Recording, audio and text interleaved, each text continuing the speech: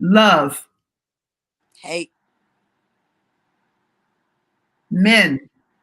Women. Community. People. Music. Me.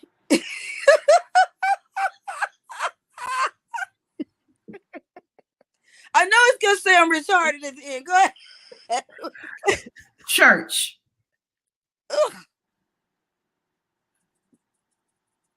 Yuck. Ew. Go ahead.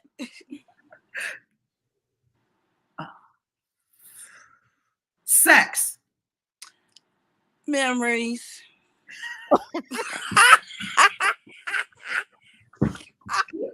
JaVonne, you up? All right. Lyrics. Oh, work. Musical. Genius. Billie Holiday. My mama. Money. Tragedy. Shaka Khan. Girlfriend. Personality. Ugh. People don't have it. But we try. Thank you so much. Hello, this is Mickey Howard, and you're in the basement with JaVonne and Terez.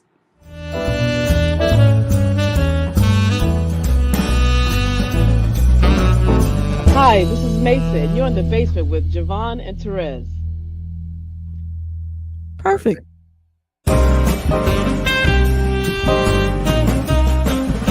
Leon, that's right, Leon, for some of your favorite movies, and I'm at brunch in the basement with Terez and JaVonne.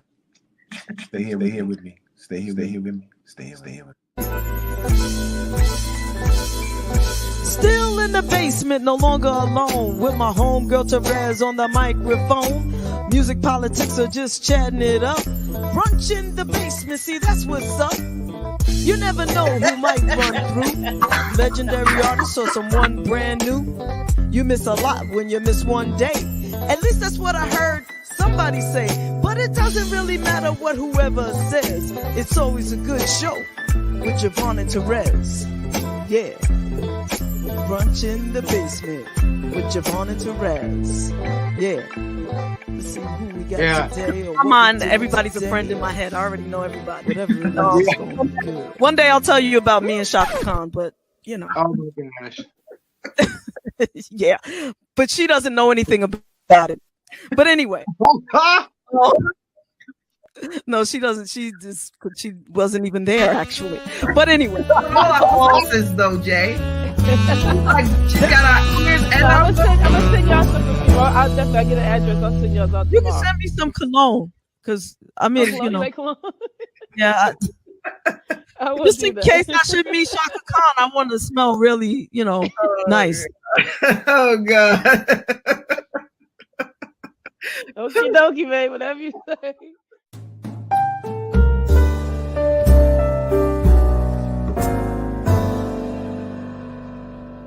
The time, so and we thank you for that. Thank you. Yes, well, thank you. This part, that little piece, I'm just gonna keep and play it all the time for myself. But no, I'm just teasing.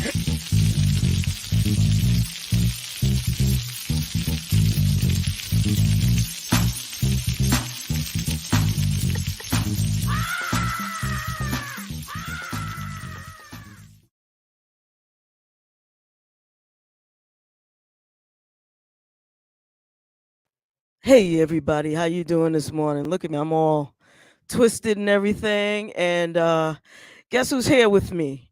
Just take one guess. Just a guess. If you can't guess it, then you don't know nothing about this show.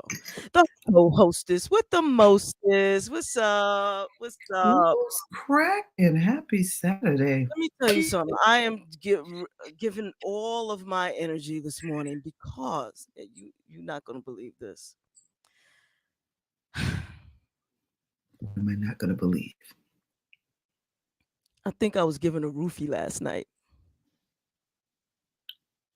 What? Are you serious? I'm dead ass serious. I just want, first of all, our special guest is in the green room already. I can see her. How you doing?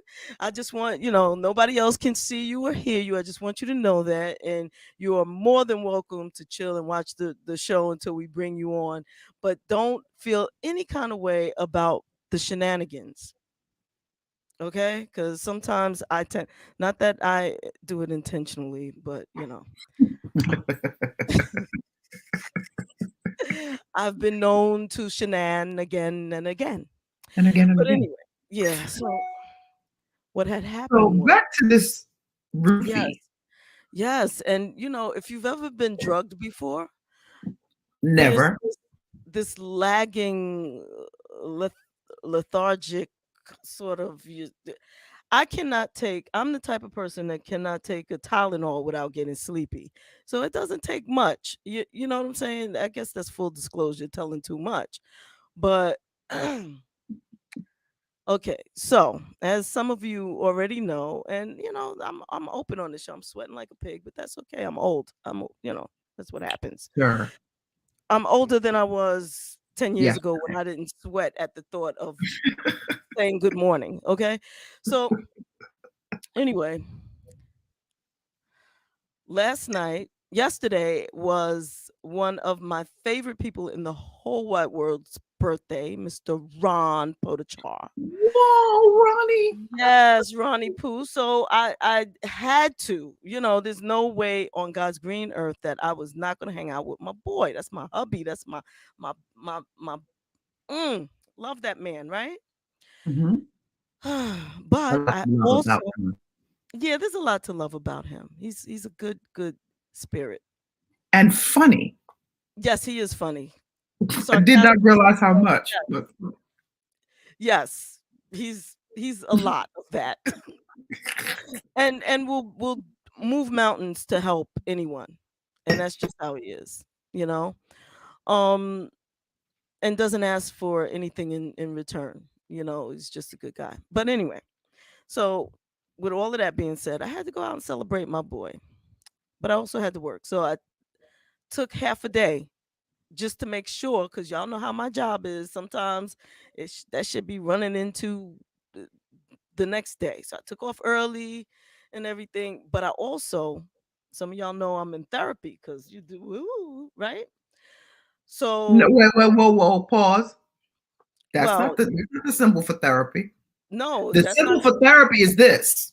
Well, yeah, the big up for doing it, but I'm just saying I'm doing it because it's not, Anyway, um, so, but therapy is at 8 p.m. and I say I'm in therapy, although we have not been able to complete any sessions. The reason we can't complete the sessions because something's always popping off The at the devil. same right at the time. So I was like, okay, I'm leaving this restaurant at 7 o'clock.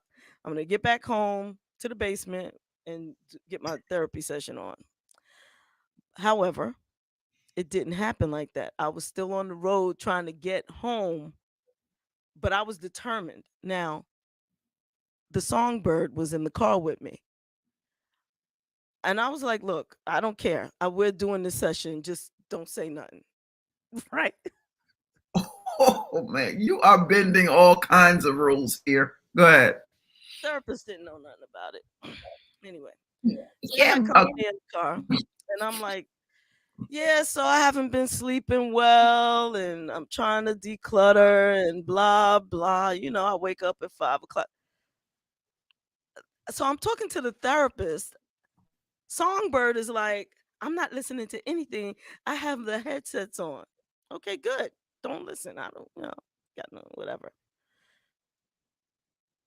This morning, because I got home after, did the session, finished up the session, took a shower, was watching my Giants news stuff that I like to watch to bring me down. And she comes up with a little cup of some stuff and 2 pills.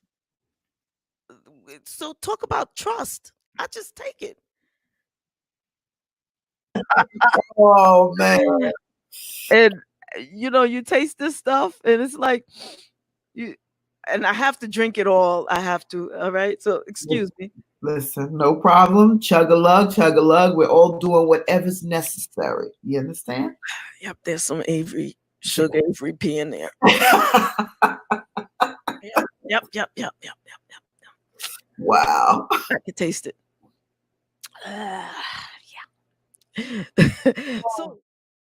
Yeah. So there we go again, right?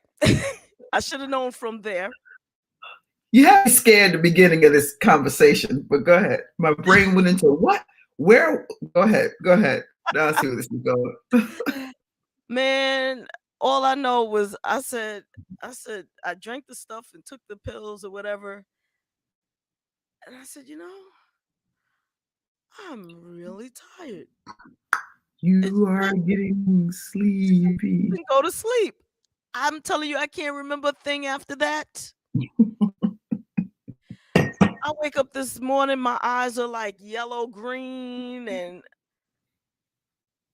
I'm like, well, plus yesterday I was having like allergies and I was sneezing through everything, and it was just like, I said, what the hell happened? She said, you feel better, don't you? I said, what was in it? She said, you feel better, don't you? I was like, I feel better than I did, but she was like, okay, bye, off to yoga.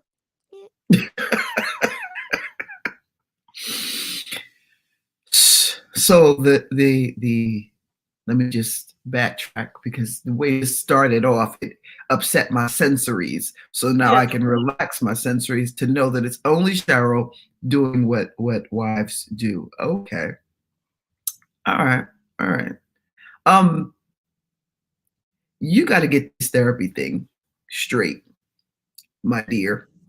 You got it. You have to sit yourself down, center, and do your you can't treat things that are good to you like shit. Come on now. Chop.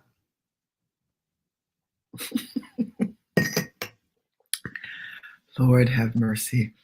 I'm really intentional about how I eat bananas on screen publicly. Yeah. So you I'm not sure what goes through your head, but that is attracting more attention than possibly just eating it any other way. It's like, it looks like a crunchy banana. Man, yes, happy. We got some birthday shout outs today. What are we in, Virgo? Yes. And the most popular birthday today would be Beyonce. So happy birthday, Beyonce and Nona Gay. Got some birthday shout outs going on. And one of our faves, happy birthday, Kevin E. Taylor. True that. Yes. There's just so many wonderful and amazing things to say about Pastor Kevin E. Taylor in the building. And a special birthday shout out to our basement alum and one of our faves, pastor, author, producer, writer, researcher, empowerment coach, and activist, Kevin E. Taylor. And just an amazing, dope-ass soul. He just is. Mm-hmm. Thanks, Pop. Thank you, Pop. How you doing, Pop? Hope you're good this morning, sir. So, I think I walked in on, virtually, you talking about these storms. Which storms? Well, Ida May, and some people call her Shaquita, the way she came through, struck many poses all over the tri-state area. Wasn't cute for a lot of folk,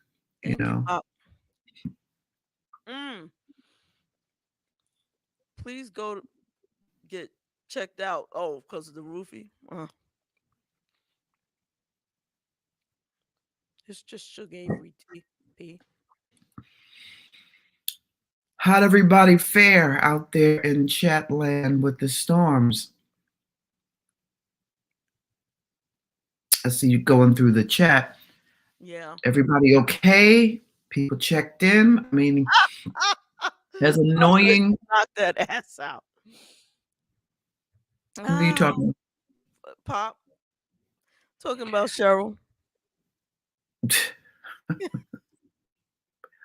You want to go through the chats? Yes. All right. Good morning, Madeline. How are you? You've always been a part of her family. And she hasn't been doing well health-wise. And I will reach out to you for sure. Well, you've made contact. Yes. Hey, Walt. Big brother Walt. Constance said, yeah, if Cheryl gave it to me, I can't help. She can't help. No, nobody can help this. It's a done deal. I'm pretty much dead if that's how she wants me.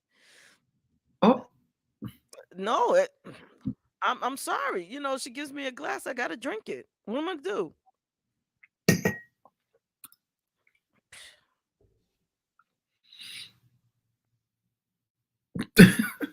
And you know darn blasted well, if Mo comes through right now and says, here, babe, drink this. And you might be, what is it? Just drink it. You gonna drink it. First of all, you don't know what I do. I might not. I haven't given up my rights because I got married. What? Oh, where's she at? Where's she at? She's a Pilates. She. Oh, okay. Okay. Yeah. Tornado 20 miles from me in Annapolis, really. Ooh. Yes, this that tornado, like you said, it's been horrible. And people are going through it. People are going through it.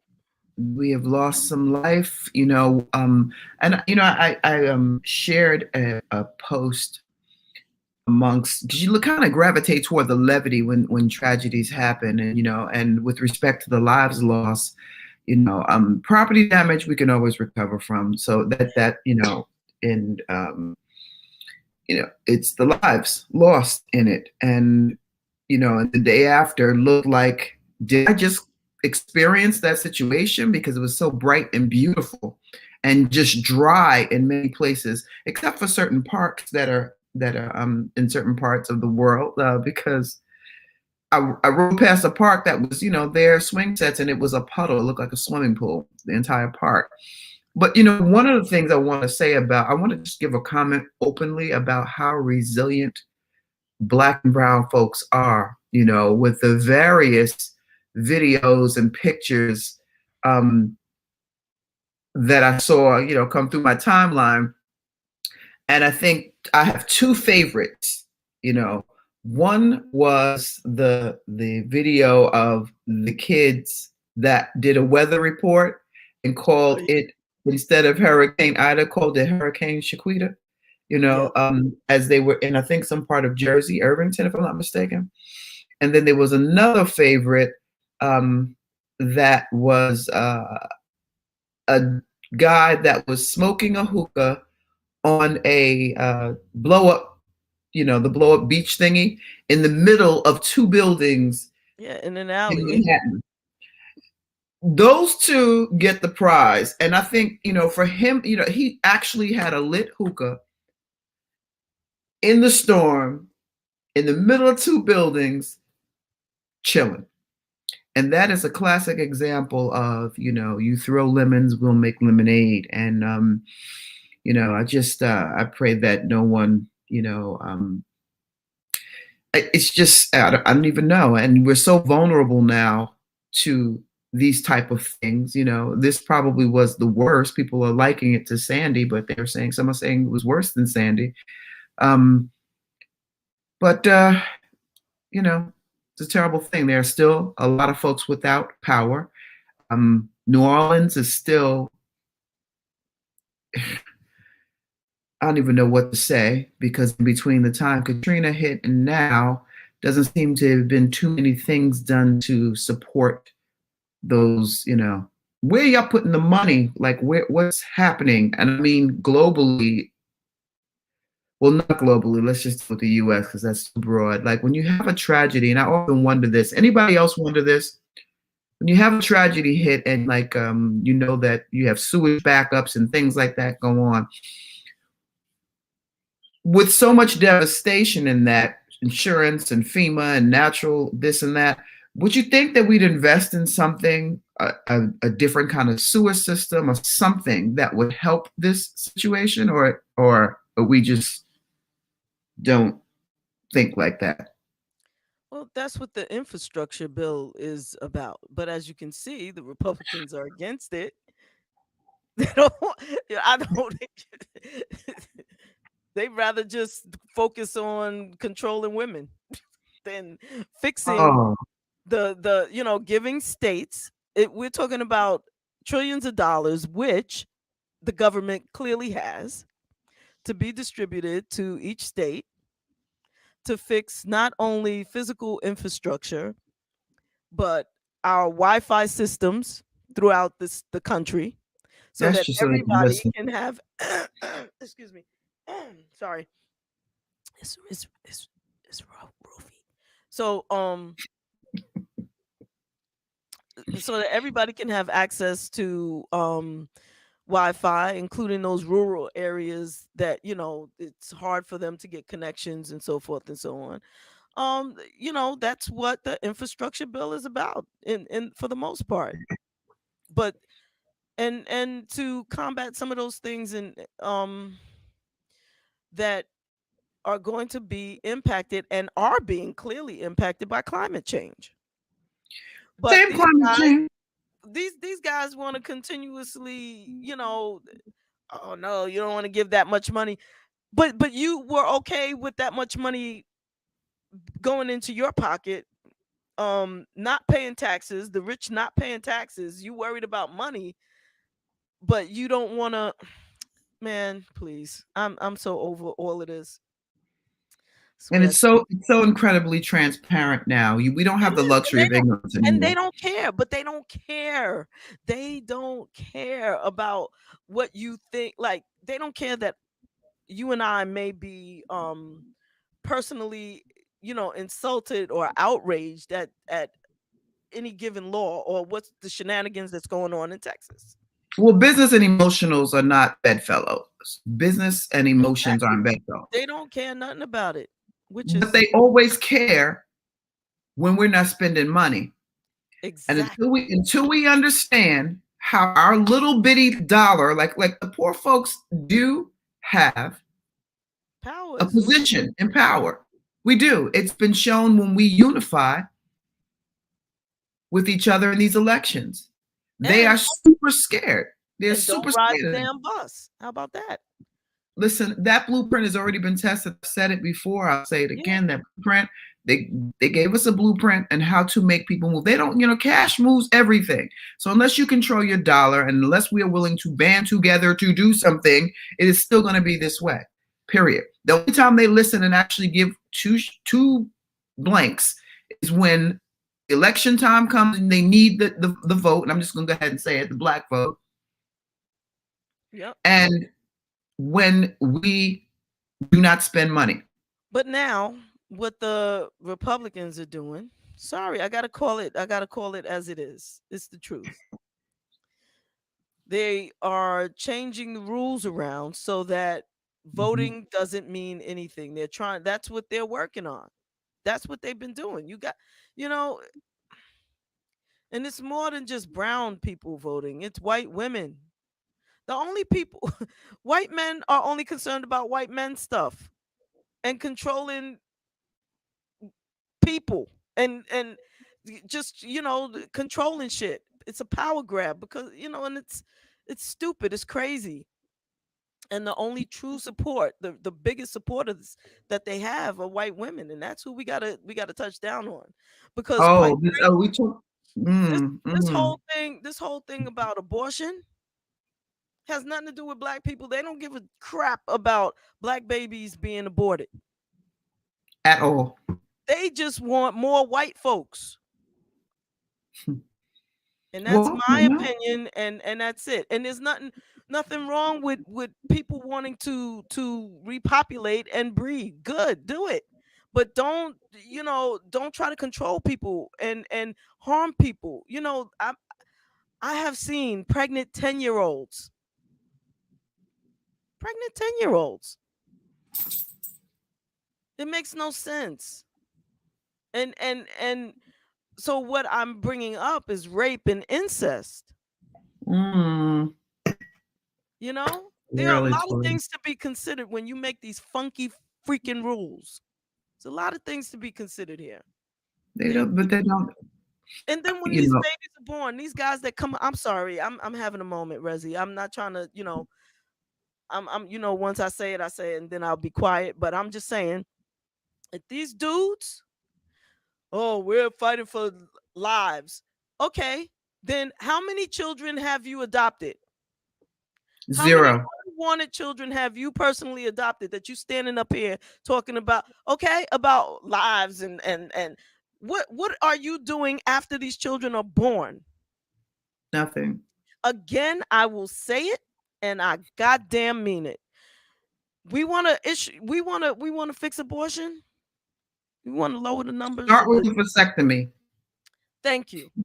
And that I believe in that wholeheartedly. Let's start with you want to mandate something? Because you think about it. Would you rather give somebody a gun with live bullets, let them shoot those bullets around at, let's say 20 people if they're lucky, and just pray that none of those people die when they get shot? Right? 20 people. He gets a gun. He gets to shoot 20 people. Hopefully none of them. Or would you rather give him blanks and let him shoot the blanks at the 20 people? I'd rather him. Well, the gun analogy. Well, look, it is what it is. It's life or death. Okay. I would just like to have a decimal of responsibility, because they try to make it seem like pregnancy and it's done by some kind of immaculate conception. Just imagine being a young girl and you're having your first love, and there's some freckle-faced little boy that don't know how to wash his behind. Neither do you. And y'all decide to do the hokey pokey and turn yourselves around. And bow, she's pregnant. Right? And forced to keep it. Right. And forced to keep it. And her parents are not supportive.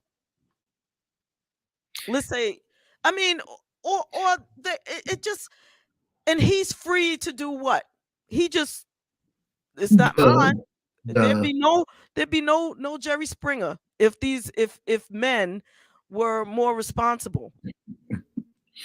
I'll say this: if the bullets were taken away. So I didn't get to finish my thing. My thought. Fingers going. Yes, my fingers wagging right now. Right. So here's my thought. Okay. Okay. If they want to mandate something on somebody's bodies, let's start with men. Let's start with males. Okay. Let's turn the live bullets to blanks. Mandatory vasectomies at age 12 for all males. And then it's only reversible, and it's a perfectly safe procedure. It doesn't stop you from getting your little swerve on. And it's completely reversible. And you can only have it reversed with a signature from your spouse or a woman who wants to be impregnated by you. I'm not saying that you have to be married in order to have it reversed, but you have to have a woman, a female, who agrees to bear your child. Doesn't even have to be your spouse, because then what happens with men in same-sex relationships that want to be fathers, right? They can be fathers. Right. So in order to have your vasectomy changed, I've thought this shit out really well. You have to go to the clinic where you want to make this baby, and then only through the doctor can you then reverse it for the purposes of having a baby. That's right, snip snip. And then every child will be the product of a wanted pregnancy. There you go.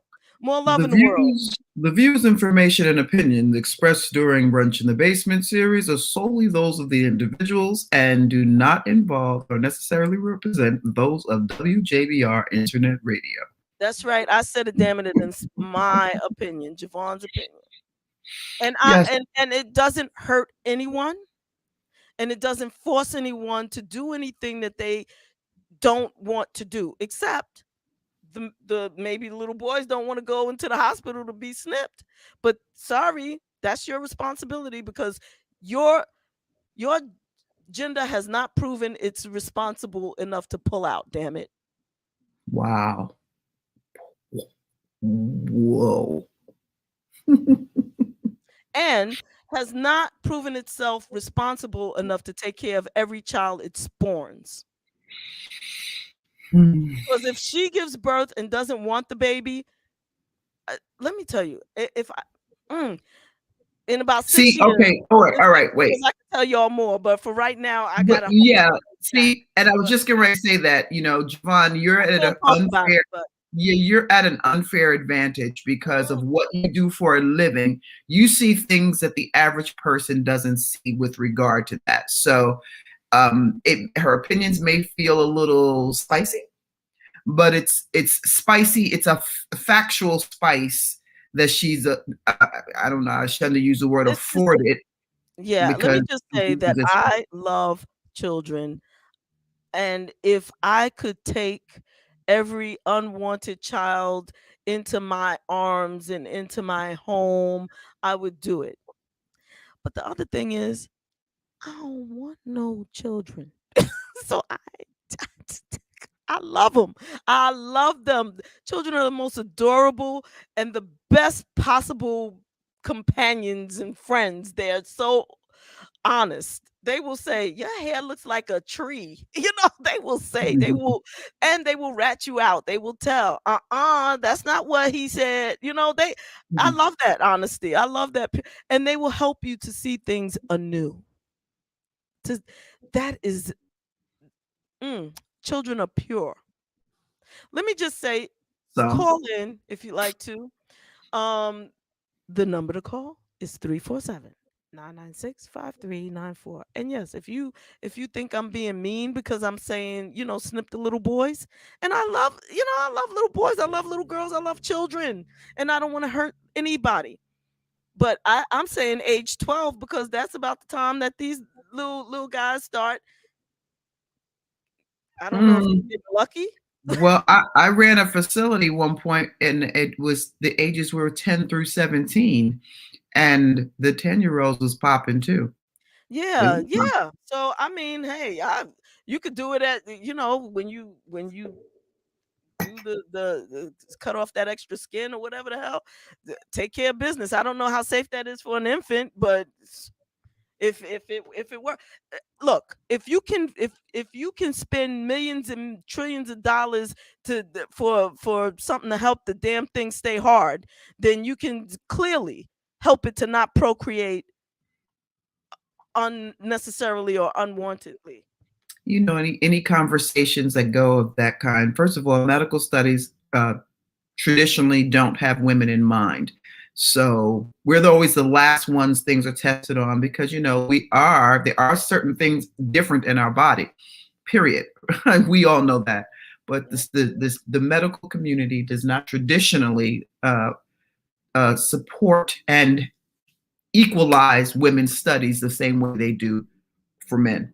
They just don't. And I'll say within the last maybe 25 years, 30 years, tops, have we had more clinical trials that were dedicated to specifically to women Anybody want to challenge that? Give me facts. But what I'm saying is, women are not traditionally looked at first when it comes down to resolving anything health-wise. It's generally men and male. They'll add women in the studies, but they don't do deep dives. So, and God forbid anything go on with the penis, they've got all kinds of cures and everything for that. But they're still looking for cures to things like fibroids and other things that are, And why on God's earth do they still have this contraption that you place a breast in and drag your breast all the way to the other side of the room while you got to stand still just to see if there's a lump in it? Case in point. When they yes, it's hard for 5 hours. Come on, give me a break. Case in point. That is one of and that's a great point. That's a great point. I mean, yep. There's no way that you can tell me that they can't do a mammography from across the room. Don't fucking touch me. Just take a picture. Cheese. Bottom line is, hold them up and say cheese, damn it. Bottom line is, it's not, I'm not pro-abortion. I'm not against abortion. I just don't like my right to choose infringed upon. I'm not pro-vaccine. I'm not against vaccine. What I'm against is my right to choose, because it starts with little stuff. And here we got two back to back running simultaneously. You have the abortions and you have the vaccines. And since when, again, once upon a time, there was a HIPAA law that protected your medical information. Now we can show it to the doorman. Like, I just don't get it. I don't get it. And I do get it at the same time. Yeah, they are obliterating your choice and obliterating HIPAA at the same time. You have the right to choose. Period. Yeah, people do have a right to choose. So, I mean, look, back to my other point. They're not taking somebody's scrotum, putting it in a damn clamp and dragging it across the room to see that the scrotum is okay.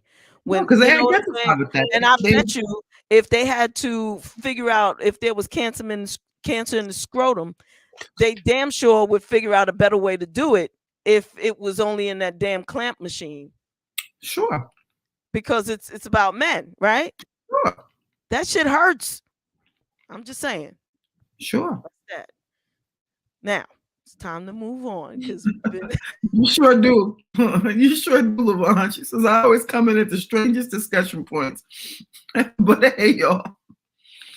You know what? To be honest, to be fair, anytime you come through, it's going to be a strange discussion. Yo, so can we do the Black History Moment thing? Oh, good. Yes. I got something special lined up right now. So all right, you're going to have your Black History Moment.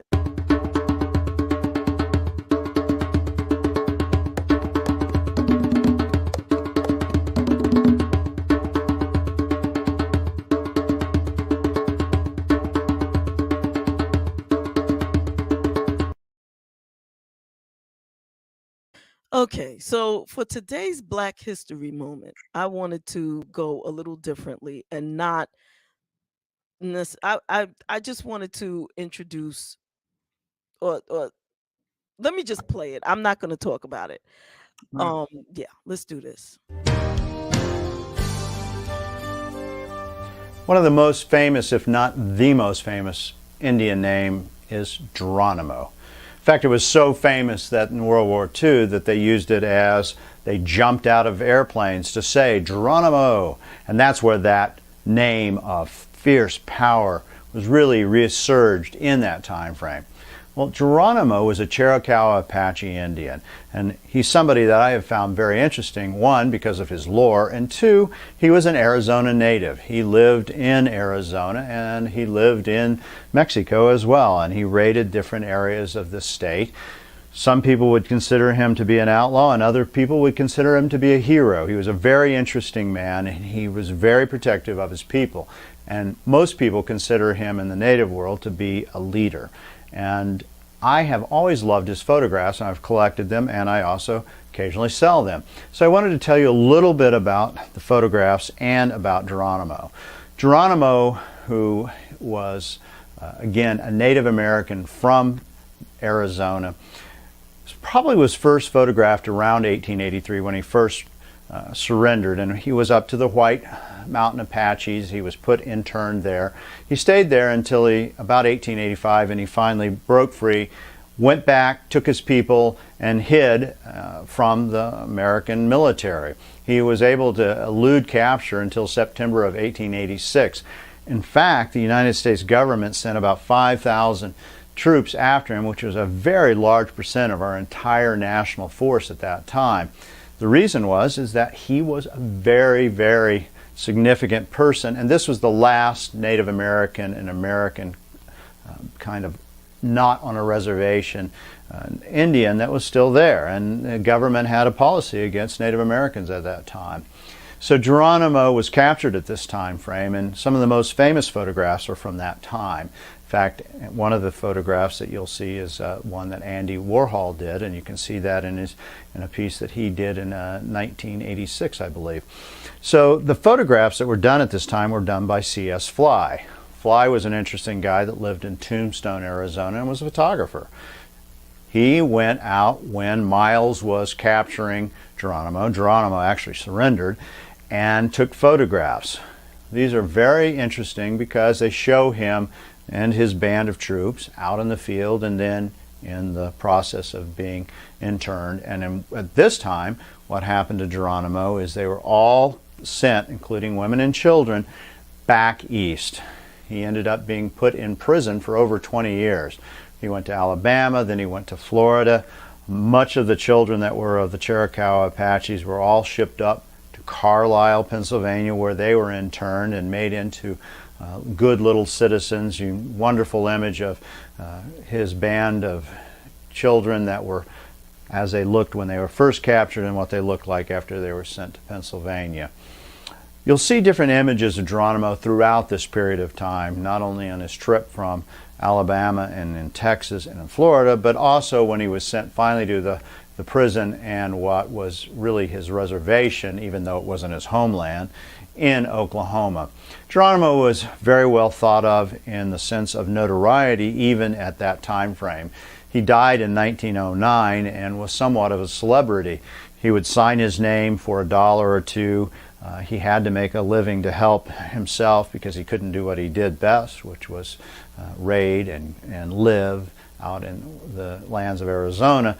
So he did what he could. He would make bows and arrows, he would sign, and he would go on things like Buffalo Bill's exhibit. He went with Teddy Roosevelt actually in a parade. He was a very interesting person, a very strong individual in American history, and a name that you need to know, Geronimo.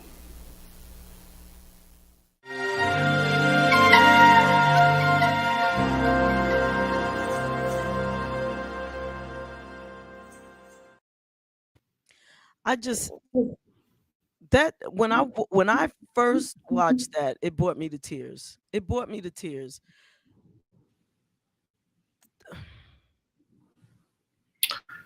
I know it's not Black history, but I thought it was relevant.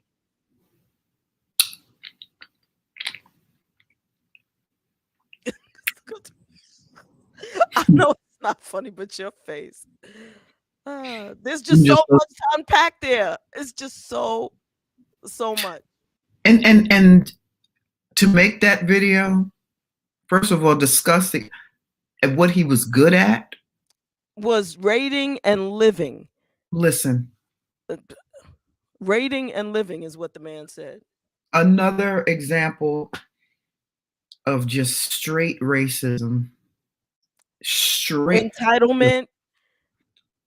How could you make that video and not be remorseful and apologetic and based on, I mean, and really talk about it in the way that it really was, because and not to mention, oh god, very matter of fact the way he says it. Yeah, and he thought he was making a point at the end. Like, that's the sickest shit I've seen in a long time. Yeah, I had to share that. Really is. That it really is. And I can't unsee it. You know, I can't unsee it. That is the sick.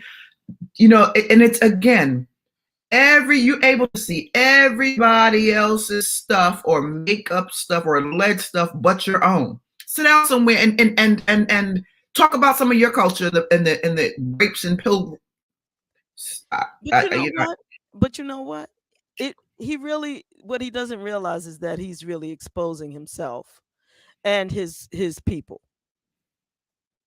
And that nobody's going to sit and look at that and think, ooh, yeah, no. Your people did that. Well, you should know. Sit down, clown. You did that. This is this man's land. You did this. Right. He was defending in most cases. Yes, his family, his people, and they sent the largest amount of troops ever to come for that man. Why? Not because he was committing a crime, but because he was the only Native American they had not round up yet. That said, no, I'm not going to let you take the land. He was the last so then he one. became enemy number one because he didn't succumb to whatever it was that you guys. Not for doing anything wrong, just for living. Just for living. There you go. So the land, so the land that Native Americans were on, because you felt you had a right to take it from them. Anybody that resisted that effort was what? But they knew that they didn't have a right to the land. They didn't care about rights and wrongs. It's just they wanted it. They didn't feel they had a right to it. Make a video about your theft and labor you didn't pay for and bodies you killed and women you make a video about that. And the things you should know. At the same time, you don't want it being taught in school. Right. At the same time, you don't want to talk about that. Don't show me another damn video, another white man saying anything about anybody's culture until they come to terms with their own. That hit every chord in my. I'm telling you, when I couldn't sit with it alone. I had to share it. Sorry, Rez. You get. Well, you're my partner here. There's that equality, huh? Oh my God, I cannot. I was like, and so it was on 1886, September 4th, that he surrendered. Surrender. So why are y'all after me for what? Yeah, exactly. But why am I surrender myself to you? Who the hell are you? See, that's the question. Who the hell are y'all? Yep. And things our ancestors couldn't say to you, but I'm damn sure clear that they probably thought it. Who the hell are y'all to surrender to? You come, you steal somebody's land, you set up these laws that don't apply to anybody, you call people chattel, excuse me. Who are y'all? Under the guise of the most racist and mental health issue on the planet, supremacy. Yeah. You're not supreme to nothing. Everything you've done in your history is murderous, torturous, and just larceny. And then you put it in books and you market it around the world and everybody's got to read about European culture and all this other stuff, blah, blah, blah. And you've managed to try to erase. Sit down somewhere. Y'all are clowns right now. Y'all are clowns in the streets, period. The end. I don't even want to hear it. So unless you come with some kind of education at this point, because that ain't it. I don't care how many videos you make and how many lily white men you put in there to tell the message. Just still sit down somewhere. That's the problem. Y'all are sick and suffering and don't want to do nothing about it. And scared at the same time. Says bingo. So since you don't want to hear that, let's hear the voice of our upcoming guest. Ooh.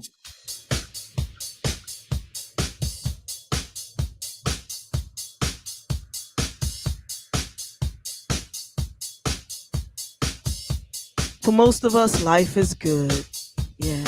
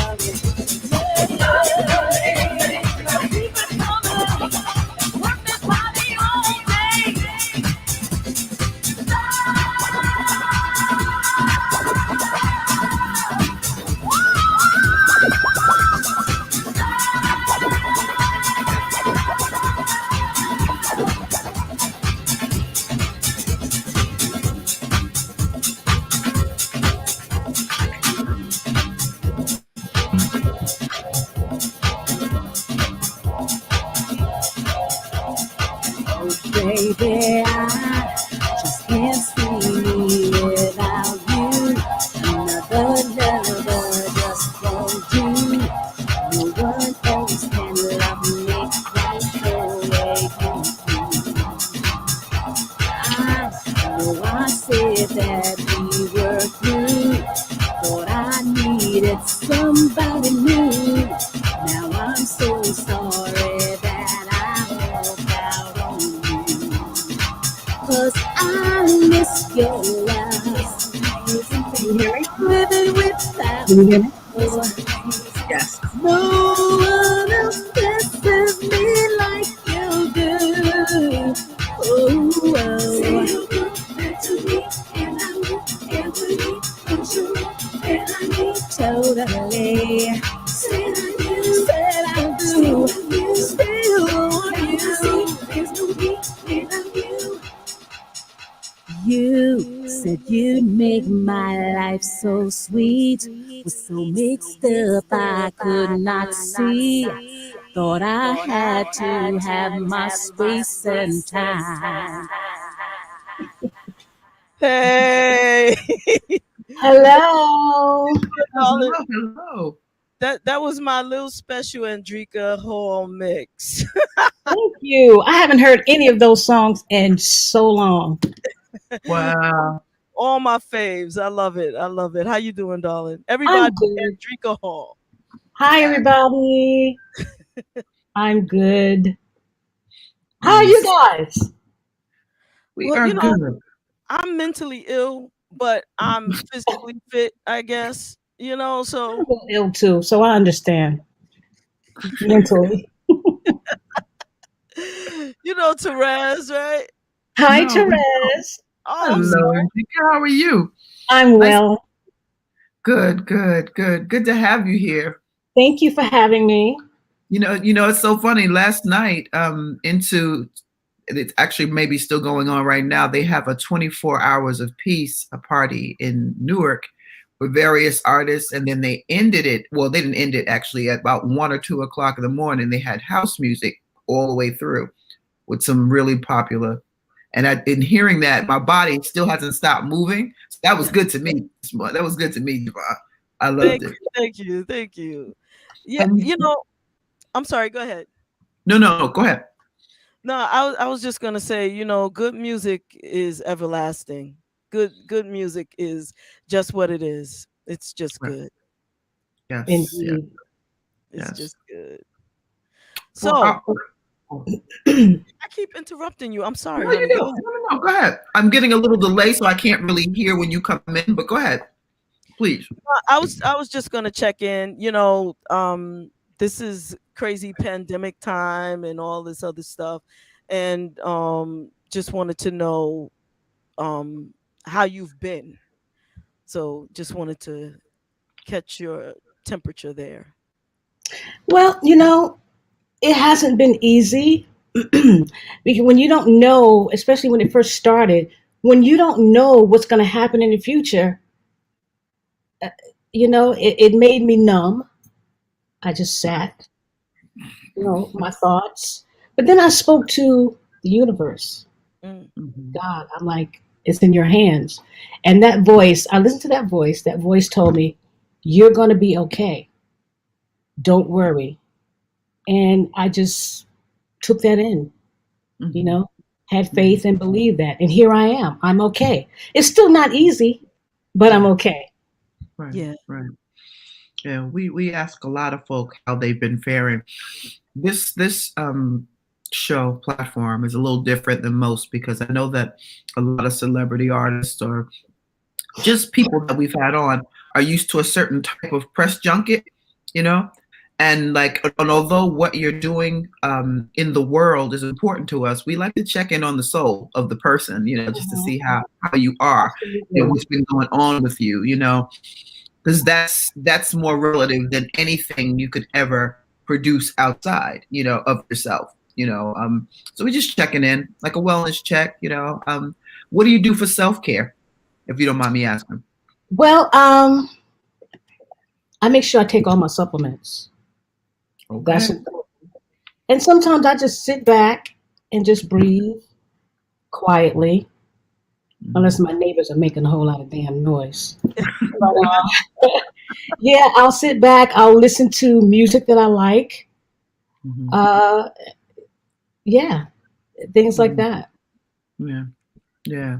So Absolutely.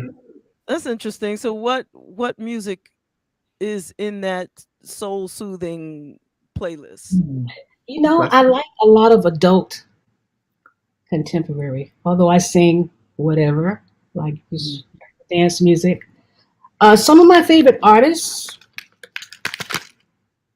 Phyllis Hyman, top of the list, Shaka Khan, Of course. Bill Downing, Sarah Vaughan.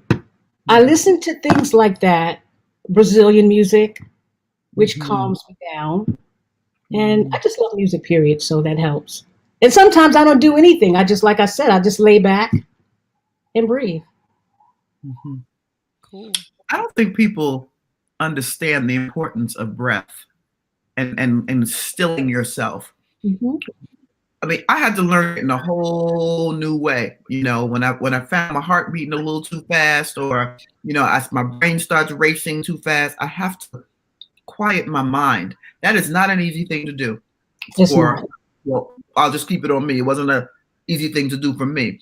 But I have to say, if there's one thing that I've learned during the pandemic and that we're still in, is how to do that and to be more focused on setting space for that, because it's I so still, true. it is. I'm sorry, but I'm still learning as well. You know, sometimes I'll go to YouTube and listen to a meditation. Yeah. You know, Yeah. and just breathe and try to visualize what it is that I need and want. Works for me. That's a Yes. beautiful thing. Sometimes when I have trouble sleeping, I'll listen to the YouTube meditation things. Hmm.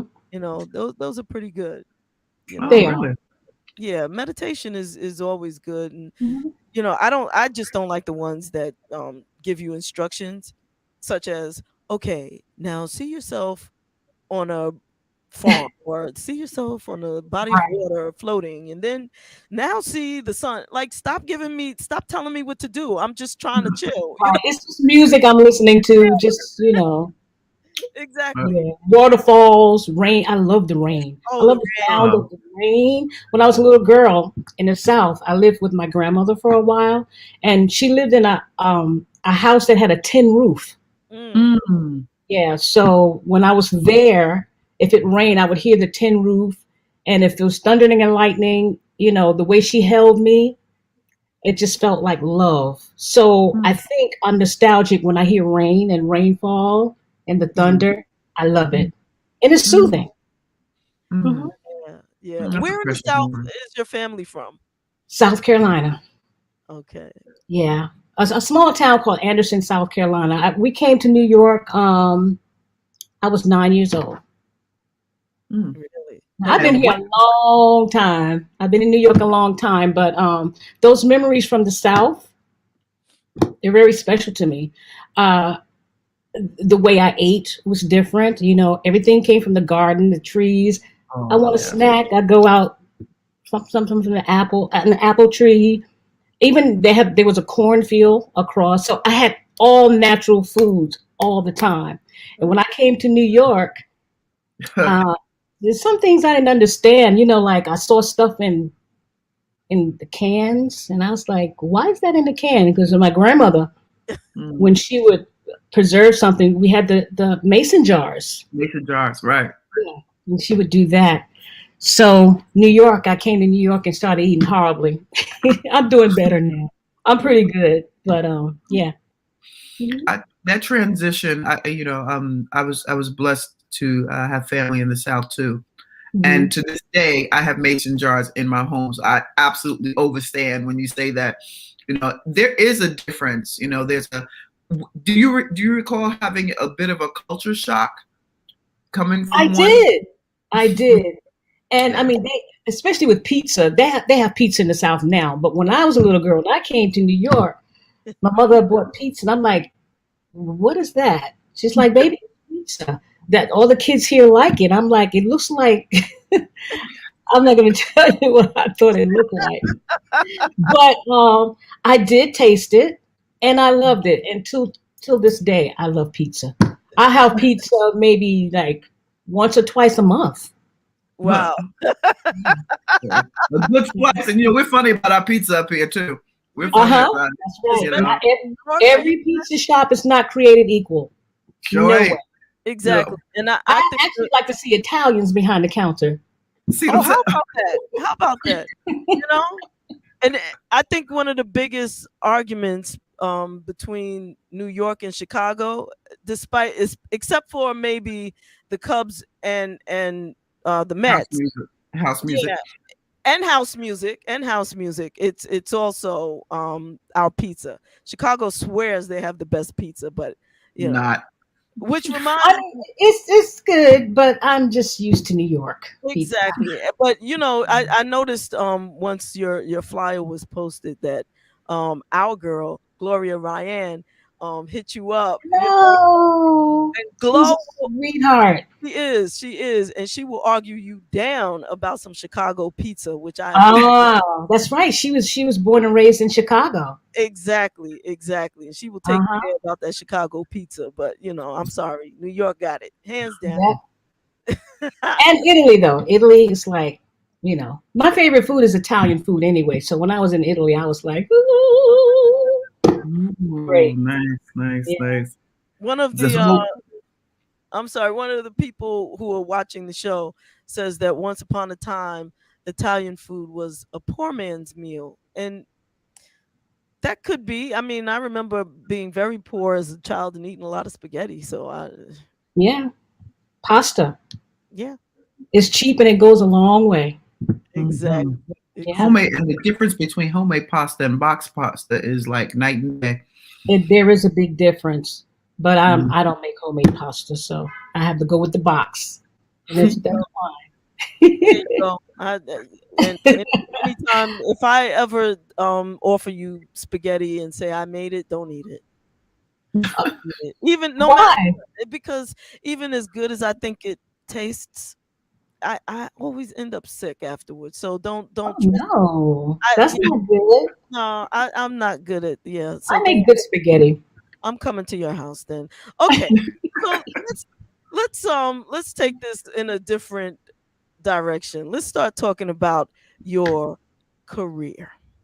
Oh, that. Yeah, that. So where should I start? What do you want to know? Wherever you are most comfortable starting. If you want to talk about your acting, your singing, let's talk about that little girl coming up to New York and 9 years old. 9 years old, but clearly loving to sing. Mm-hmm. And maybe finding she has a lot of talents. How did you develop that? How did you know? What did you know? And what did you want then? Well, my mom said as a little girl, I used to love the radio and I would learn and sing all these songs. She's like, how does this baby, how does she learn this stuff? But that's what I did. I don't remember doing that. That's what I was told. And I remember in schools, in the elementary schools in the South, for some reason, if we had a music class, I was always chosen to be the featured singer, or they'd have a contest and everybody's singing and I would do the last one standing. Came to New York and I joined all the choruses in grade school. I was always in the choruses. Once again, was picked to be the featured singer. So I'd be home singing with my brush in my hand like we all do. And junior high school, I was on all the chorus, the bar-wide, city-wide. Even my friends, we would sing in the hallway because the hallways in the buildings, that echo sound. Yeah, oh my God. That's how I learned how to sing harmonies. I can sing harmony in my sleep. You don't have to teach me my part, the first, the third, the fifth, whatever. Just tell me what I'm singing and I got you. And on from there, I'm trying to make this kind of short. Take your time. Oh, my first, I'd say a professional gig because I got paid. Okay. And, I was 15 years old, and there was this group that we had called Andricka, something like that, and her Pearls. And the band was Jimmy Cash the Bunch. Anybody remember that? Yes, we got some fun. Yes. That was the band. We only had 1 or 2 gigs, but it was fun. And I was in junior high school then, so I was in the music classes and everything. And I wanted to, because I can draw. Well, I can't draw anymore because I haven't been drawing. What they say, if you don't use it, you lose it. So I used to draw as well, and I would draw these fashions. I was into fashion. So when it was time to go to high school, I wanted to audition for fashion industries. And my teacher said, "Oh, hell no, you're not. You're going to music and art." So I'm like, "But I already know how to sing, you know." He's like, "Yeah, but you need to learn some other things about the music, you know, the rules." So I'm like, "Okay." So I auditioned for music and art. Lo and behold, I got in. Then after that, let me think, because so much went on in between, like being a truant. Oh, okay. Yeah. Well, Yeah. But at any rate, I always sang, and soon I joined a local band, 52nd Street Birdland Band. From there, I went to another local band, Indigo. We were very popular in the New York City area, you know, the Chitlin circuit. We were very popular. And one day we did all like the top clubs in New York City, Baby Grand, Small's Paradise. You know, we did all that. We thought we were hot too, but we were good. Yeah. And one day we were in Carl's Corner, and we were singing, and there was another lady in the band, Vanessa, and she would do all the Tina Turner songs, and I would do all the Shaka Khan songs. Yes. And one day I looked in the audience, and a well-known backing vocalist, Brenda White King, was there. Have you heard of Brenda White King? I'm sure. If you look at your records, you know, you'll see it. Yes. So, the I'm sorry? She's on the liner notes in the back of. Yes, and she's just fabulous. So after the show, she came to me and said, "Oh, that was a nice show. Yeah, thank you." She's like, "You know, Shaka Khan needs a background singer, needs a singer. Would you be interested?" I was like, "What? Who the hell wouldn't want to sing with Shaka?" Well, I said that to myself. Yeah. But I told her, "Yes, of course." And it went from there. I was introduced to Sandra St. Victor, who, you know, went through it. Mind you, we didn't even have a rehearsal. I called my girlfriend, Vicky. We didn't even have a rehearsal. Got on that bus, went out there, got on that stage and sang all the songs. But, you know, if you're a Shaka fan, you know her songs, right? You know her songs. Oh, yeah. And she was like, "Dang, these girls can sing."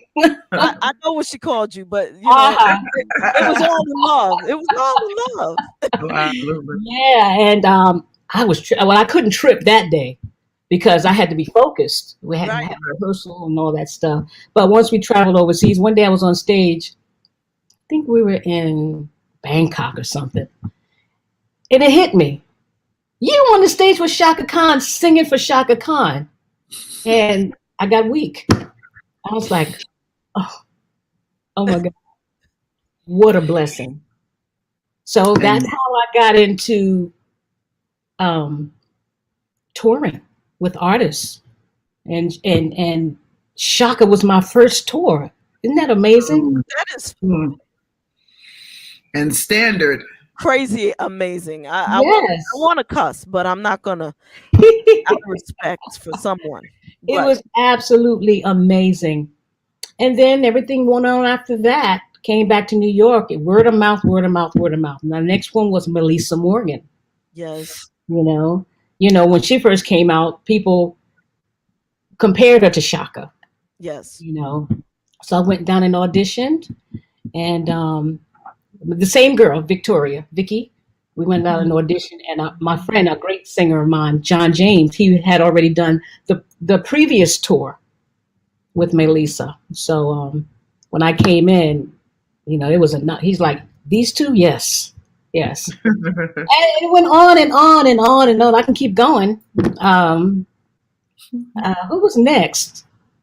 I mean, if you just ran off a list of some of the people that you've worked with Uh-huh. and supported, that first story, I mean, I don't know how you're gonna top that. Like, just out of like for me, Shaka royalty. She's a legend. Who wouldn't want to stand next to her? You know what I'm saying? I mean, like, for me, my career would be over after that. You know, I sang with Shaka Khan. That's it. The end. Well, actually, I have worked with some wonderful people after her as well. Great, great folks. She is fabulous. But I've worked with some other fabulous people as well. One Freddie thing, for sure, if you've never ever heard Andricka Hall ever in your life, to know that you were selected to be one of Shaka Khan's supported vocalists, that would automatically, without ever hearing you, automatically level sets you. You know, they know I can do something, right? Oh yeah, no, nobody like. Right. You know, my very first Shaka Khan concert, I was about 12 years old, and my older cousin took me to this concert. And although I have my own personal stories about what I experienced, one thing I remember my cousin saying was, she's like, I always thought Shaka did all the backing vocals herself. She got 3 women up there that sound just like her, and she's always been able to find people, they don't sound just like her, but people who combine have these fierce voices singularly and you have to have power. Yes, power and tone and ear, and I mean all that and then more. So being that, you know, anybody who is introduced to me who has any experience singing, like Rezi just said, as a Shaka Khan background vocalist, is, you know, a supportive vocalist, is just crazy. And you're a Shakaholic, right? Oh, to the death. They couldn't beat it out of me. They could not. I'd be like Toby. They could chop off my leg. I'm still the. What did you say? You be like Toby, chop off my leg. I'll be like, I will love you anyway. I'm like, that's hilarious. I'm like Toby, chop off my leg. Give me Shaka Khan. You know what I'm saying? Don't take Shaka. Concert. I'll be hopping on one leg to the concert. I don't care. Yeah. So, and Freddie Jackson, I love singing his music. Oh, it's just every time I was on that stage, when I hear that music, I just melt. Woo. You know, there are certain songs I had favorites, especially depending on, you know, what you're talking about. It's like, what's that song? Tell me your dreams so they can be mine too. Those lyrics, his music, it just is sexy and it's smooth. Then there's Annie Lennox. I would have to pull up my paper, but anyway. Annie Lennox. Yeah, I wasn't with the Eurythmics. You know, Sweet Dreams on Me. Am I supposed? I can't do that, right? You can do that. You can absolutely okay. do that. You can. And but I was on. I think it was Medusa. I think I did that tour. Okay. She is such a wonderful woman. Her energy and her spirit, no drama, just calm, everything. You know, because sometimes you can be on these tours, this drama.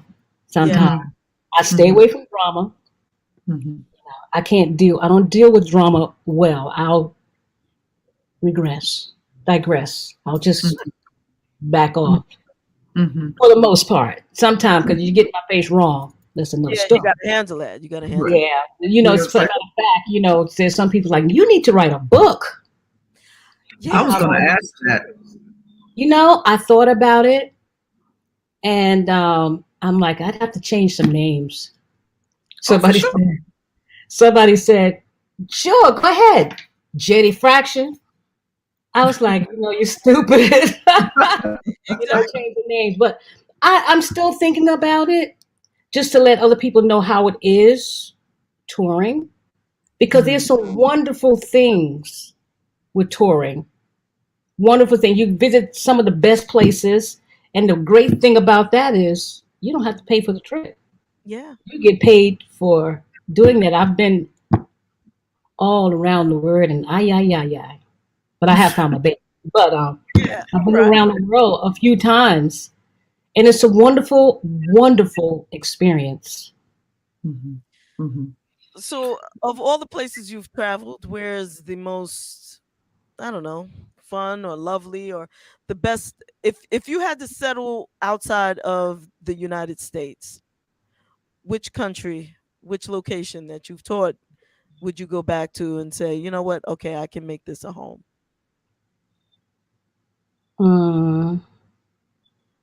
Some parts of Italy. Mm. I just love the architecture. I love the food. I would say first Italy, but I love Japan too. It's hard to say. Depends on what went on at that time. You know, it's really hard to say. Yeah. What are your thoughts? I'm sorry, Africa. Yeah. Okay. What are my thoughts on what? What are your thoughts on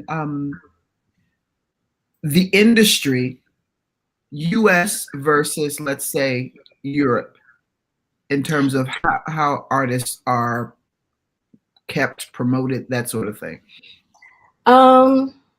Okay, the U.S., we appreciate our artists, but I find that Europe appreciates longer. You don't have to have a hit to work in Europe.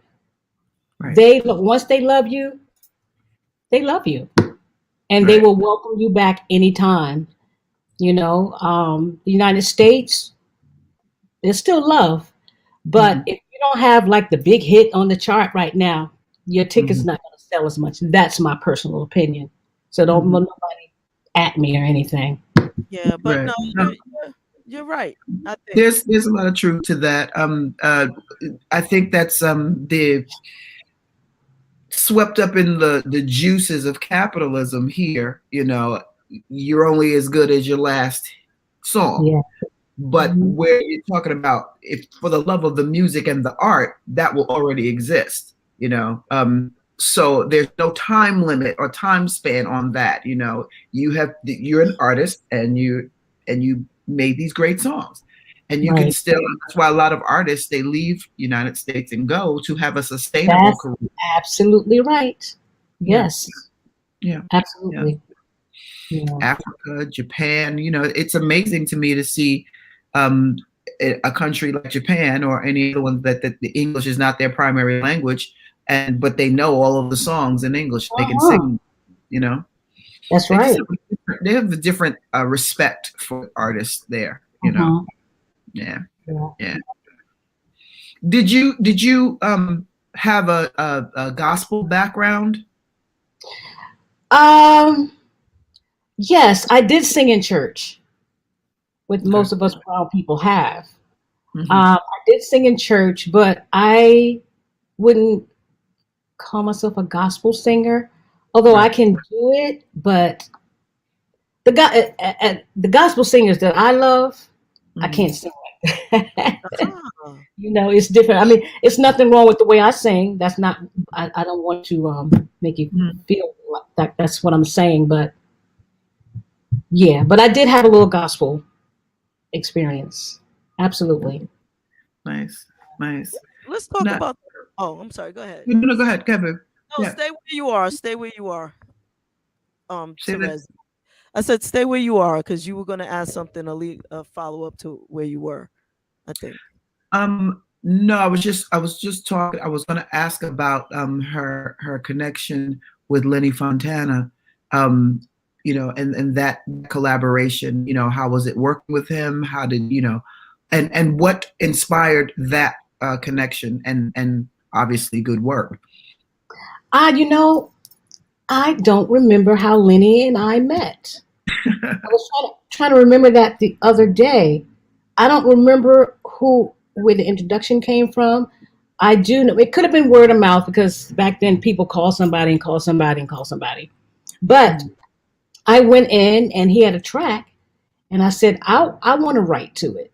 And that's how we had got I'll Give You Love. I wrote the track. I wrote the lyrics and everything. It was interesting. It was interesting because I believe that was my first dance record. So there's some things I did understand, but it was weird. It worked out though. And the result of the song tells you that it worked out. Yeah, it was, that's a good Yeah. song. Yeah. It's a good bad song. And it's so funny, all those club records, because the other ones were done by Louis Benedetti Mhm. and him and some other people. I was hoping to get to travel around and do those songs in the clubs. But when I was asked to do some of them, I was always on the road. I was on a tour. So I never got to do that. Yeah. But you know So what's dope is that, you know, house music, club music, it never dies. Right. This is true. And when these clubs open back up, you can, if you want to, If I want to. Yeah. you call me. We'll call some clubs And then I like, when I recorded them, of course, they were just regular. They hadn't been mixed by any DJs or anything. And some of the ones I've heard maybe a few months ago, somebody pulled it up. I'm like, dang, that's hot. The soul mixes, the dance, they have all kinds of mixes. exactly. Yeah, that's hot. Yeah, and so, you know, definitely like that again, it never dies. Yeah. So if that's something that you're interested in, and clubs will be opening up, I believe next year we'll get it together. Hopefully, this pandemic thing, it can't last forever. Let's hope not. You know, it's not impossible to do to revive or whatever the word is you want to use, that you can gig in these clubs singing your original music. That would be dope. Yeah. Because as you heard, even me just mixing it right there, simple. You know what I'm saying? It's dope. It's dope. It's dope. Yeah. And any real DJ Is got some your of- music. That's what's up with that. Say that again. I'm sorry. I said, and any real DJ got your music, so they must be bumping it in the Well, club. I can't forget Davidson Ospina. You know that's right. Yeah, that's my boy. Yeah. Yeah. You The said thing you is, though, doing those, my voice, because I recorded those late 90s, early 2000. So some of those things, I'm all the way up there. Yeah. You know, I'm not sure if I can do that. You know, But I'm gonna try. Huh? they can just modify the track to hook it up. You know, these things can be worked out. Yeah. Well, now, actually, I'm writing. I'm getting ready to work on I started working on an EP Excellent. and things that, writing an EP. And I don't say it's eclectic.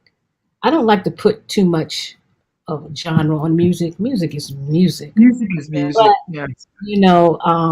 it's not going to be an EP where you'll start listening and you'll be in the same vein. Right. As a matter of fact, one is a bossa. Yeah. And then there's an R&B and adult contemporary. So it's been a slow progress because, what's going on. Yeah. So hopefully that'll finish soon. And I will notify you guys. Oh, Yes. absolutely. You just, send me the EP, Andricka, You And said you. too. I'm sorry. Go ahead, Terez. No, I was going to talk about your writing, particularly the song that the dance song.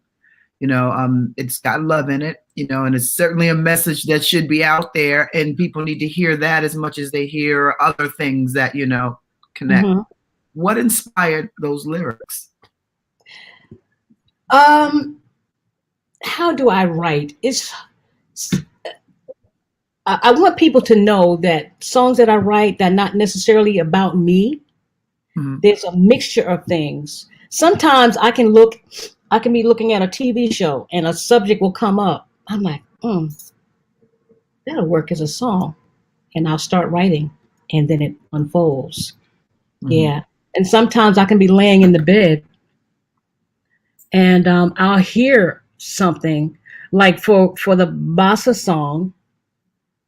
I heard ding ding ding ding ding ding ding ding ding ding, and I got up, ding ding ding ding ding ding, and it started coming to me. I call that God too. You know, sometimes there was a song. It was another project that I was working on. It fell through. It was a group of us, great musicians, and we were all asked to submit a song, and there was a deadline, and I'm like, what? Like 2 or 3 days. So I was laying in the bed. I'm like, nothing would come. So I went for a walk. And I'm like, okay, Father, help me with something. And I came back, I laid on the bed again, and I heard doom, doom, doom, doom, doom, doom, doom, doom. I was like, oh, it's looking there. Oh, shit. Well, here I am. I'm like, okay. So that's how I write. And it could be a mixture of stories. Very seldom is my story all alone. It's a mixture. It could be something I saw on TV or part of my story, and I'll mix them in, and that's how I write. You have a beautiful voice. Well, thank you. Yes, your voice is absolutely thank you. I have so many different types of voices because, you know, especially when you're in a studio laying down vocals for other people, you have to be mindful of their style. You know, at least for me, kind of mindful of their style. I love singing background. Oh my God. You know, I was working at this music company years ago. And every time I would sing, I didn't notice this. I would always sing the background. So this girl came to me. She's like, Andricka, let me ask you something. Francine. She said, why do you always sing the background? You hardly ever sing the lead. I'm like, I think background is beautiful. It's a support. It holds up the artist. You know, some people don't realize. Can you imagine an artist singing all their songs and there's no background? People will be like, no. Well, it's the background is beautiful. I love it. You know, even with those attempted record deals that I had in the past, other people wanted it for me more than I did. You know, I'm like, I'm fine right here. I love this background. It's great. And it's an art too. Some people don't know that. You know, you can't just say, just because you know the part, you can't. You have this called dynamics. You have to know when to be loud and when to bring it down. You have to know about vibrato, when you go to you know, you got to know cutoffs. I mean, it's an art. It's just like, it's beautiful. You know what I found, that there are a lot of singers, and everybody, just because you can sing a lead does not mean you can sing a background. And it's interesting. And background is, you know, why I like to call them supportive vocalists, because if you think about any song, you're absolutely right with what you just said. It cannot exist without the background singers. And there's nothing more beautiful than when you have the supportive vocalists in sync with one another on a live performance. That's right. Absolutely. Absolutely. Yeah. You know? Yeah. I've learned so much doing background for these artists, like for Shaka, power. Then Melissa, you have power and the way you pronounce each word. Then there's Freddie, air. You know, and then the rock and roll bands, you know, like the Mighty J. Giles band. I don't know if you're familiar with them. You got to, you know, power and be able to jump up and down and sing, you know, without missing a beat. So I've learned so much And I've worked with so many fabulous background singers. It's all like degrees of separation, all of us. We all know each other or sang with each other either on a gig or tour or in the studio. It's great. Yeah. And knowing how to, there's another piece too, knowing how, because tours can be long and tours can be a lot on the main vocalist. Knowing how to cover the notes, you know. Right. And listen, and Mariah Carey is one of my faves that's famous for that. Her person that was covering her notes was a male, in fact. People don't know that say. You know, when nights you may not have it, you know, and that, you know, audience gives zero about what you don't have, but but a well-crafted group of supportive vocalists, when the main artist doesn't have it, they have a step in and cover it. That's absolutely true. I could tell you that the same thing. There have been a few times, not many times, but once or twice that I've gone to see Shaka Khan, and she may not have been feeling well, and she could still sing, but she knows what her audience expects, and she could point to any one of her vocalists and say, "Come on, girls, hit those notes for me," and they would blow. Blow. I mean, so, you know, again, that is just high accolades. Just being trusted like that, you know. Yes. So as you may or may not know, we have a game that we play on this show, and it is called Rapid Fire. Terez, please explain the game. I sure will. Okay, Andricka. So it's a word association game, right? Okay. So I'll say a word, and you know, you say what immediately comes to mind. There are no right or wrong answers at all. These are all coming from whatever you think, whatever connects for you. And it kind of gives our audience like a peek behind the veil, you know. We don't really consider this show an interview type show. It's more like conversational. So whatever you think, there's no wrong answers. And someone just asked, thank you, Elisa, what is your zodiac sign? Leo. Leo. Okay. So stuff pop. Can you see the chat to your right? Oh, okay. Under comments. Okay. Yeah, comments, you can see the running chat. Okay. Yeah. Oh, okay. Yeah, we got a whole folk over there. So I'm going to go first, and then JaVonne is going to go second. So let me know when you're ready. I'm ready. Okay. My first word is God. Universal. Community. Family. Acting.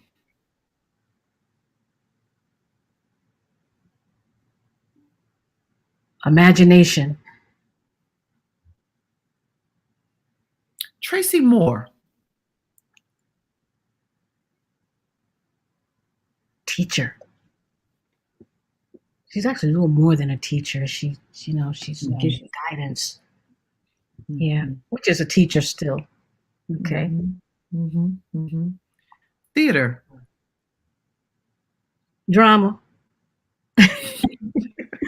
Good and bad.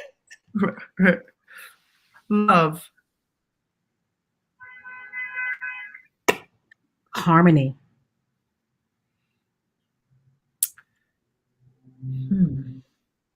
Supportive vocalist.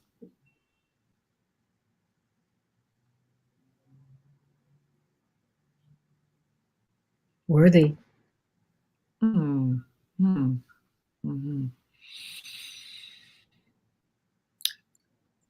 Andricka Hall.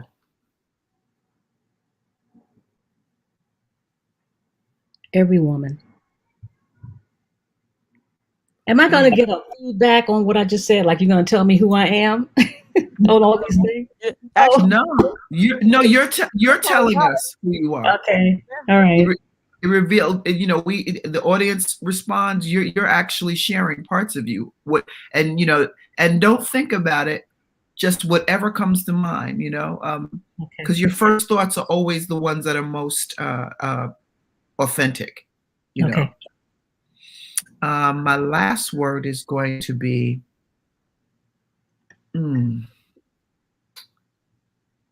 industry. Say that again. The industry. Mighty. Thank you. Thank you. JaVonne, you're up next. Uh-oh.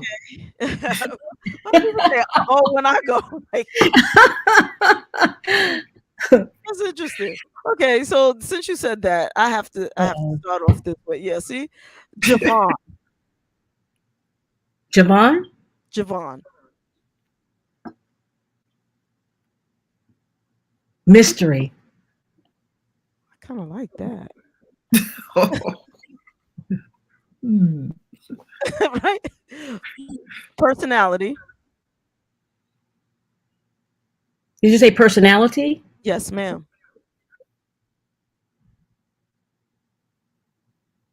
Grand. Complexion. Beautiful.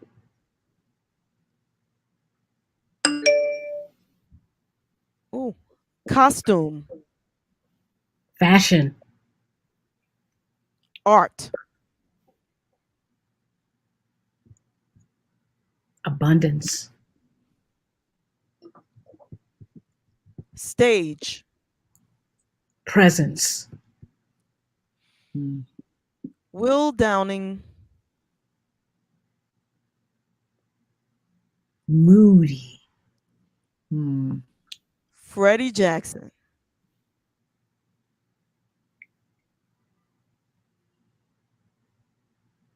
Wonderful. Melissa Morgan.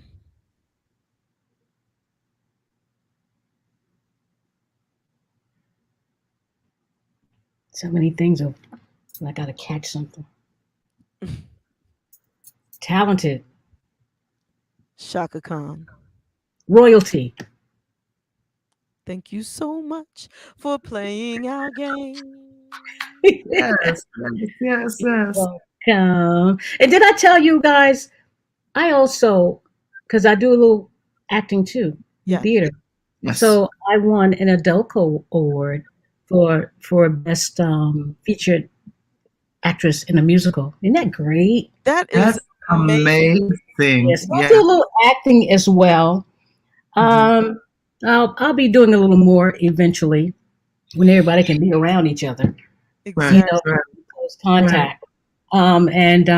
Yeah, that's been fun. So I wanted to add that I'm an actress as well as a singer and a songwriter. Ever thought about taking that book that you're going to put out in the world? Hint, hint, hint. Okay. And making it a one-woman show? What about to kind of combine your acting and your singing? That's something to think about. I never thought about it like that. Terez. Just saying. I can see it for you. I totally can see it for you, you know, because I'm pretty sure you have an amazing array of stories that's just living in your head that need to come out on paper. Stories and some things I can't even talk about. But, see what I'm saying? But the things that you can talk about, you can just change the names to protect the guilty. You know what I'm saying? Or just, you know, or even sculpt. I mean, they're not horrible stories or anything, but they're just a little personal. Nothing like, you know, it's not like that, but yeah. I mean, Andricka is like 4 acts with those little nuances and, you know, and the intersections of song, and, you know, we're not hard to please, you know. Just saying. That could be very, very nice. And, you know, when you do write your book, please do an audio version because your voice is very soothing. Oh, that's nice. So please do an audio book. I don't know whether or not, I mean, and because you are acting, I don't know if you've done any voiceovers. I have in the past, but nothing major. You know, nothing major. I've done, you know, some jingles too. a lot of background jingles and radio jingles. So I kind of do a lot of, stories. I mean, I was looking at the word story, and that's why I said story. I do a lot of different things. Kind of, I sing and stuff. Yeah, See what I'm you're saying? you're Me very stuff. talented, multi-talented. Yeah. Yes. That's one of the reasons I just had to have you on this show. Well, thank you. Thank you so very much for your yes. So thank you. And This time, right? You're not gonna tell that story. Right? I was like, no. But here I am, and I'm glad I did. I like it. You guys are so warm and nice. Oh, thank well, you. thank you. Thank you. And I never talk about when I get my feelings hurt on air. Sure she does. I never talk about when people reject me. Oh, well, nobody likes rejection. Yeah, actually, I kind of do sometimes. Well, it depends on what this situation is, right? Yeah, Yeah, it please reject. No. does. Yeah. You know, Sometimes a no is not right now. It's not a necessarily no. See, This is true, and that's what that was. That's what that was, JaVonne. That no was at that time. but it was good to hear Terez say that. Okay, because we've had that discussion on some other topics, but we'll get back to that next week. But remember that you said that sometimes no is just not right now. Right. There you go. So we have another ask for you. Another what? Ask. Oh, okay. I thought you said without the K. Yeah, I know. The two S's. And we have another ask for you. Like what? Okay. Ask. Outside of when you get ready to do your one woman show, that you let us help you promote it. Oh, carry on, JaVonne. Yes. Mhm. Absolutely. Absolutely. And okay, so we have also a 24-hour radio station which your music is played on. Yeah. Actually, some of the music that I found in preparation to this show that I didn't previously have. I'm like, well, holla, I didn't know that. So those things will be uploaded, and it's completely licensed by ASCAP, BMI, SOCAN, and so royalties are paid and that sort of thing. So we would like a drop for the radio station and for this show. So it's two separate drops. The first one being, hi, this is Andricka Hall, and you're listening to WJBR Internet Radio. Okay. Am I ready? I'm ready. But ready? Okay. Yes, ready. Hi, this is Andricka Hall, and you're listening to, one more time. Hi, this is Andricka Hall, and you're listening to WJBR Internet Radio. Keep it right there. I love that. Ooh. That was perfect. And as you may or may not know, we make different intros and outros for the show that feature our guest. So for that, hi, this is Andricka Hall, and you're in the basement with JaVonne and Terez. Okay. Hi, this is Andricka Hall, and you're in the basement with. Oh God! I had it in my head. Okay, one more time. Okay. Hi, this is Andricka Hall, and you're in the basement with JaVonne and Terez. I liked it, but I'm going to ask for it one more time. Okay, why? No, it wasn't your fault. It was my fault. I started to speak when you started, so okay. I had to shut up. That was my fault. I'm sorry. Okay. Hi, this is Andricka Hall, and you're in the basement with JaVonne and Terez. Perfect. That was perfect. So when it's cut up, it won't have my. Can you do it again? No, that was perfect. Unless you feel like singing something, you want to sing it, you can sing it. Thanks. When you see some of the outtakes, they're very funny because they're visual, So they're pieces like, yeah. So they're pieces that don't be surprised if you see her keep the because that's very funny. Hi, this is Andricka Hall, and you're in the basement with JaVonne and Terez. Boom. Nice. See? Now. You overrode all the funnies. See? Yeah, there you go. See? So You know what? I'm really picky because when I'm in the studio, the engineer or the producer can go, "Oh, that's great." I'm like, no. Let me do it one more time. So I would be doing this all day if you let me. No, let me do one more. But okay, we're good. We're very good. We're very good, and we love you. You're dope. You're dopeness, and we appreciate you. Thank you guys so much. See, thank you, audience. Huh? We ain't hurt you this time. See? No, this time. I'm just teasing. Okay. Everybody out there, exactly, isn't it? See? Yeah. Tell somebody. You got to tell somebody. Everybody have a beautiful, beautiful rest of your weekend, and happy Labor Day weekend. Everybody, and be safe out there, y'all. Yes, fact. That. What's up, everybody? This is Cy Smith, and you are in the basement with JaVonne and Terez. In the basement with JaVonne and Terez. In the basement with JaVonne and Terez. With the basement, hey, with JaVonne and Terez. Ooh, I dig that.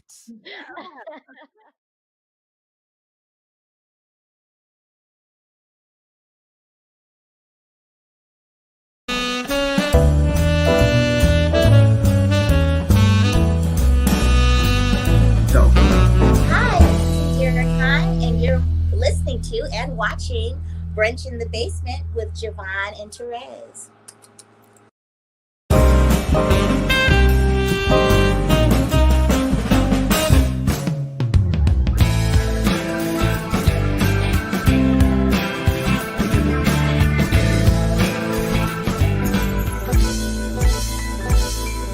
Still in the basement, no longer alone, with my homegirl Terez on the microphone. Music politics are just chatting it up. Brunch in the basement, see that's what's up. You never know who might run through. Legendary artist or someone brand new. You miss a lot when you miss one day. At least that's what I heard somebody say. But it doesn't really matter what whoever says. It's always a good show with JaVonne and Terez. Yeah.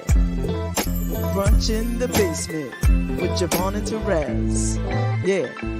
Let's see who we got today. Come on, everybody's a friend in my head. I already know everybody. Whatever it is, it's gonna be good. One day I'll tell you about me and Shaka Khan, but Oh my gosh. yeah. But she doesn't know anything about it. But anyway. No, she doesn't. She wasn't even there actually.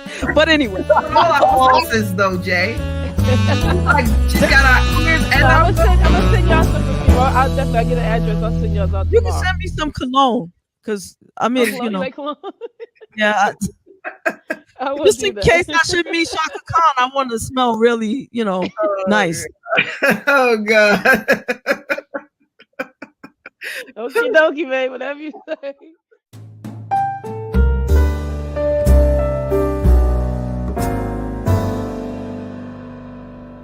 The time, so and we thank you for that. Thank you. Yes, thank you. This part, that little piece, I'm just gonna keep and play it all the time for myself. But no, I'm just teasing.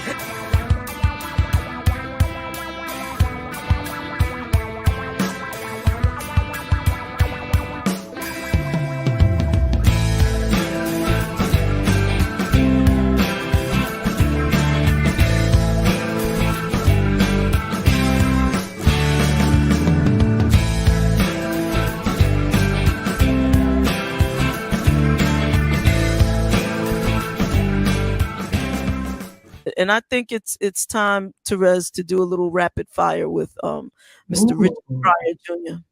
I think so. So yeah. Don't worry, we won't hurt you.